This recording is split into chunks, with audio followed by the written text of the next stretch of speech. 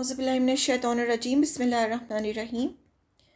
محرم کی بدعت، بہت ساری بدعت یعنی انوویشن، بہت سارے اس مہینے میں انوویشنز شروع ہوئے ہیں جن کا اسلام سے کوئی تعلق نہیں ہے۔ یہ لوگوں نے بعد میں ایجاد کیے اور خود سے ایجاد کیے۔ جیسے اس مہینے میں بہت سی بدعتیں ہوتی ہیں، جیسا کہ کھچڑا بنایا جاتا ہے اور بانٹا جاتا ہے۔ اب دیکھیں 10 محرم کو تو روزہ رکھا جاتا ہے، لیکن بہت سارے لوگ کھچڑا بنا کر بانٹتے ہیں، شربت بنا کر بانٹتے ہیں، سب غلط ہے۔ ایسا کچھ نہیں کرنا چاہیے، نہ کوئی جلوس نکالنا چاہیے، نہ میلہ، نہ یہ سب غلط ہے، نہ ان میں شامل ہونا چاہیے۔ یہ خوشی کا دن تھا، اس لیے موسیٰ علیہ السلام نے شکرانے کا روزہ رکھا تھا۔ کچھ لوگ اس مہینے میں بہت شاپنگ کرتے ہیں، کچھ اس مہینے میں شادیاں نہیں ہونے دیتے۔ یہ سب باتیں غلط ہیں۔ ویسے گناہ کرنا غلط ہے، لیکن ان مہینوں میں کرنا زیادہ بڑا گناہ ہے۔ اس لیے کوشش کرنا چاہیے کہ لوگوں کو دھوکہ دینا، چگلی کرنا، لوگوں کی برائی پیٹھ پیچھے کرنا، لڑائی کرنا، یہ سب ویسے بھی گناہ ہے، لیکن ان مہینوں میں کرنا زیادہ بڑا گناہ ہے۔ زیادہ سے زیادہ نیکیاں کریں۔ آپ دیکھیں وہ عرب جاہلیت کے لوگ جو تھے، وہ نہ تو ان میں اسلام تھا، اور بات بات پہ لڑنا، تلواریں چلانا، مارنا، چوریاں کرنا، ڈاکہ ڈالنا۔ جب وہ ان جیسے لوگ ان مہینوں ان مہینوں کی حرمت کو سمجھتے تھے کہ کتنے مقدس مہینے، اور یہ سب کام نہیں کرتے تھے، تو پھر ہم تو اب اسلام لا چکے ہیں اور اسلام میں ہیں، تو ہمارے لیے کتنا زیادہ ضروری ہے کہ ان حرمت والے مہینوں کا ہم دھیان رکھیں۔ کوشش کرنا چاہیے ان سارے مہینوں میں، چاروں مہینوں میں زیادہ سے زیادہ نیکیاں کریں، خود کو گناہوں سے ہر قیمت پر بچائیں۔ یہ 4 مہینے پھر رمضان پورا پاکیزہ مہینہ ہے۔ ایسا نہیں لگتا کہ یہ ساری پابندیاں لگا کر ہمیں ہر طرح کے غلط کام کرنے سے اللہ تعالیٰ روک رہے ہیں؟ آخر کیوں نہ ہو، اللہ تعالیٰ تو ہمیں 70 ماؤں سے زیادہ پیار کرتے ہیں۔ بس ہمیں بھی اتنی توفیق اللہ دے دے کہ ہم بھی اس محبت کا حق ادا کر سکیں۔ اللہ تعالیٰ تو ہمیں ہر طرح سے بچانا چاہتے ہیں، ہر غلط کام سے، کبھی پابندی لگا کر، کبھی پیار سے سمجھا کر، کبھی قرآن میں کوئی آیت آ جاتی ہے، ہر طرح سے اللہ تعالیٰ چاہتے ہیں کہ ہم جہنم سے بچ جائیں۔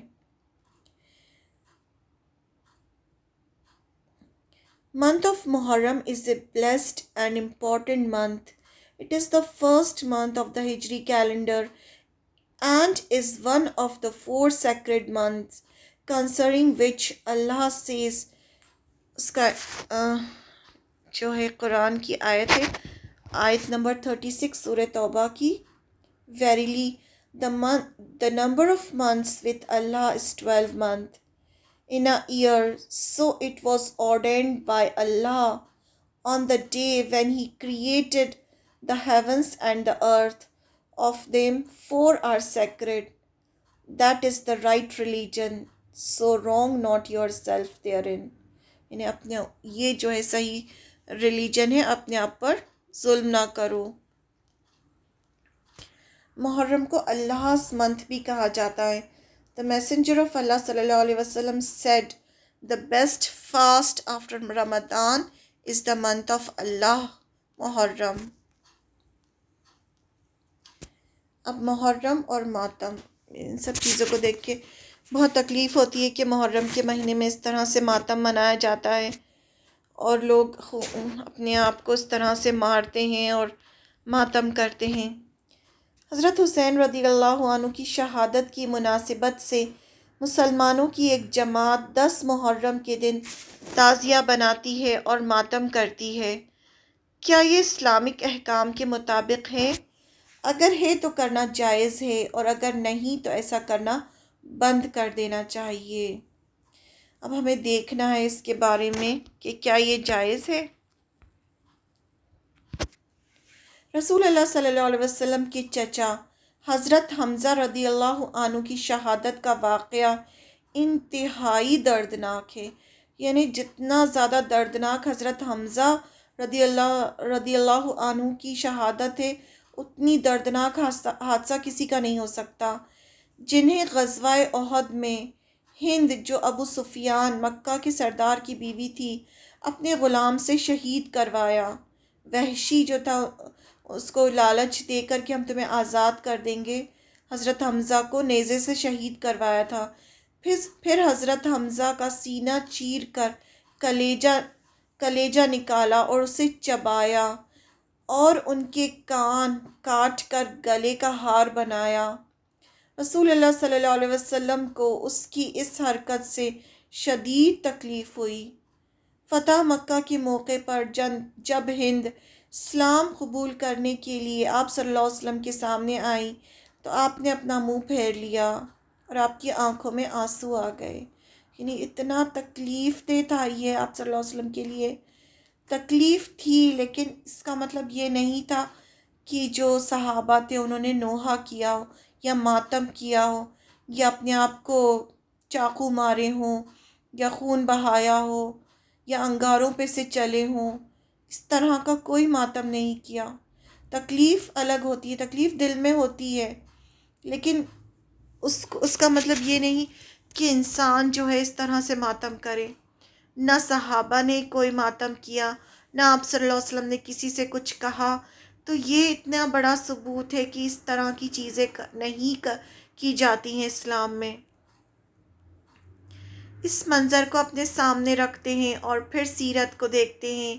کیا آپ صلی اللہ علیہ وسلم یا صحابہ نے حضرت حمزہ یا کسی اور کی شہادت کی وجہ سے تعزیہ بنائے یا ماتم کرنے کا حکم دیا؟ پھر تیسرے خلیفہ جو نبی صلی اللہ علیہ وسلم کے داماد بھی تھے، جن کا نام عثمان بن عفان رضی اللہ عنہ تھا، ان کو کتنے دردناک انداز میں شہید کیا گیا۔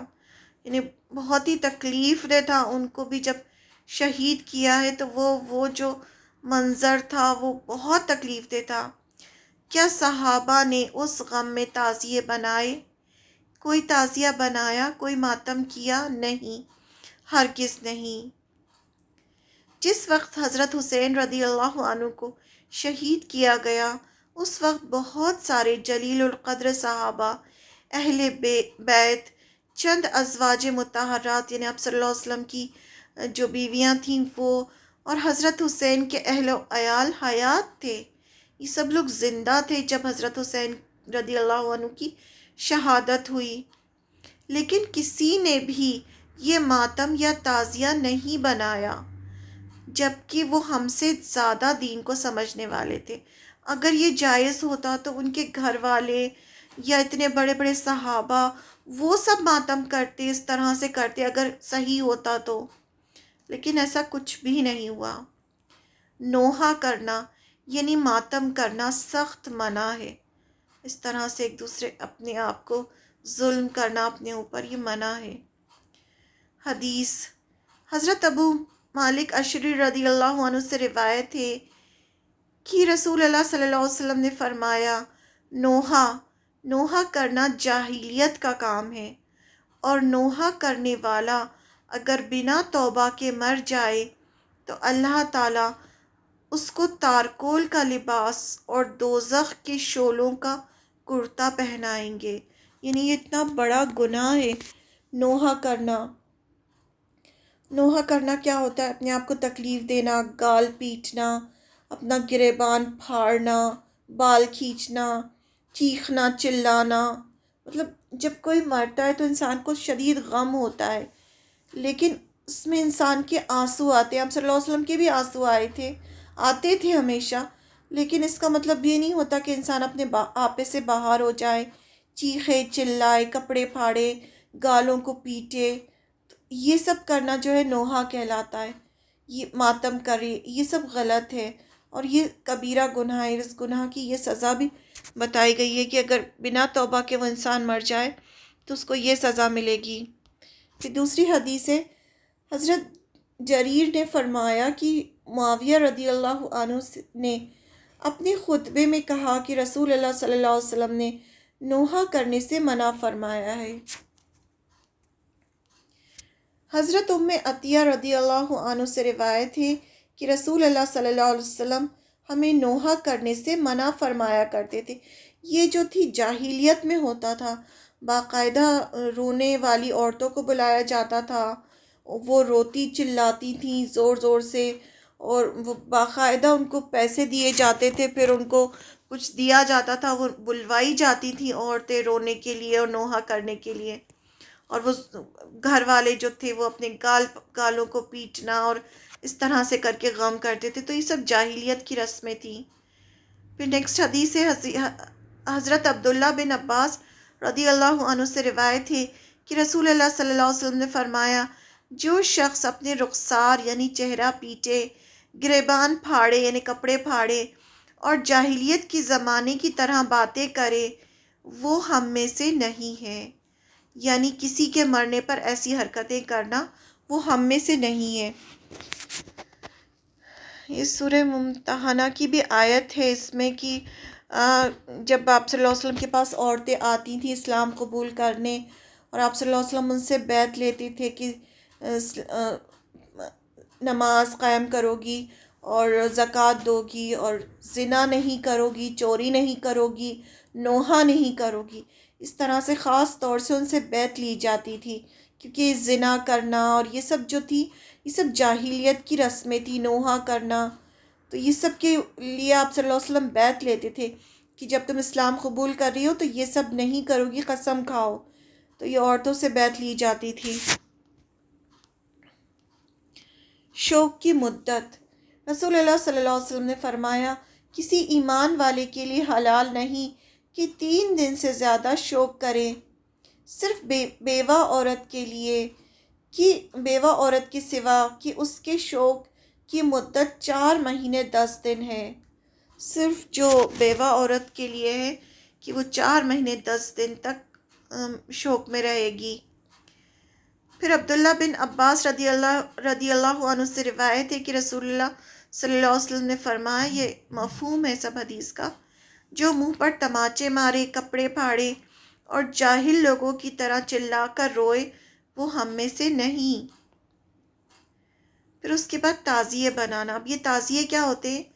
یہ انفیکٹ جیسے قبر بنائی جاتی ہے، حضرت حسین کی قبر بنا کے پھر اس کو نکالا جاتا ہے، تو یہ وہ چیز ہوتی ہے. تعزیے بنا کر پھر اسے پانی کی نظر کرنے میں بہت سا مال ضائع ہوتا ہے، جس سے اسلام اور مسلمانوں کا کوئی فائدہ نہیں ہوتا. یہ فضول خرچی اور شیطانی فعل ہے. اللہ تعالیٰ فرماتے ہیں، بے شک فضول خرچی کرنے والے شیطان کے بھائی ہیں. یعنی یہ نان مسلم سے سیکھا ہے، مسلمانوں نے جس طرح سے وہ کرتے ہیں اسی طرح سے یہ بھی تعزیے نکالنا، جلوس نکالنا، پھر اس کو پانی میں بہانا، یہ سب اسلام سے اس کا کوئی لینا دینا نہیں ہے. پھر تعزیوں کے ساتھ مردوں اور عورتوں کا بے پردگی اور بے حیائی ساتھ چلنے سے مردوں اور عورتوں کی بے حیائی عام ہوتی ہے جو کبیرہ گناہ ہے، اور اسلام نے بے پردگی کو سخت منع فرمایا ہے. تعزیے کے اندر حضرت حسین رضی اللہ عنہ کی فرضی قبر بنی ہوتی ہے، اس کے اوپر چادر، پھول وغیرہ سجائے جاتے ہیں، جبکہ یہ کام شرک میں سے، یہ سب نہیں کرنا ہے. قبریں تو آپ صلی اللہ علیہ وسلم نے جب فتح مکہ ہوا اس کے بعد آپ نے کہا ساری قبروں کو برابر کر دو، یعنی قبر پہ اس طرح سے پھول چڑھانا اور یہ سب تو جائز ہی نہیں ہے اسلام میں، یہ سب تو طریقہ ہے ہی نہیں. آپ صلی اللہ علیہ وسلم نے فرمایا تھا، آپ صلی اللہ علیہ وسلم نے اپنی قبر کو میلہ بنانے سے منع فرمایا ہے. اے اللہ تو میری قبر کو عبادت گاہ نہ بنانا کہ لوگ اس پر منتیں مانگیں، مٹھائی چڑھائیں، پھول چڑھائیں، جیسا کہ بتوں کے سامنے کرتے ہیں. اس کے لیے آپ نے الگ سے دعا کی تھی اللہ تعالیٰ سے. ابھی بھی جو آپ صلی اللہ علیہ وسلم کا جو روضہ ہے مدینے میں وہ پورا پیک ہے، یعنی ہم دیکھ بھی نہیں سکتے اندر قبریں، اور پورے چاروں طرف سے انہوں نے الماریاں رکھی ہوئی ہیں اور اس پہ قرآن مجید رکھے ہوئے ہیں.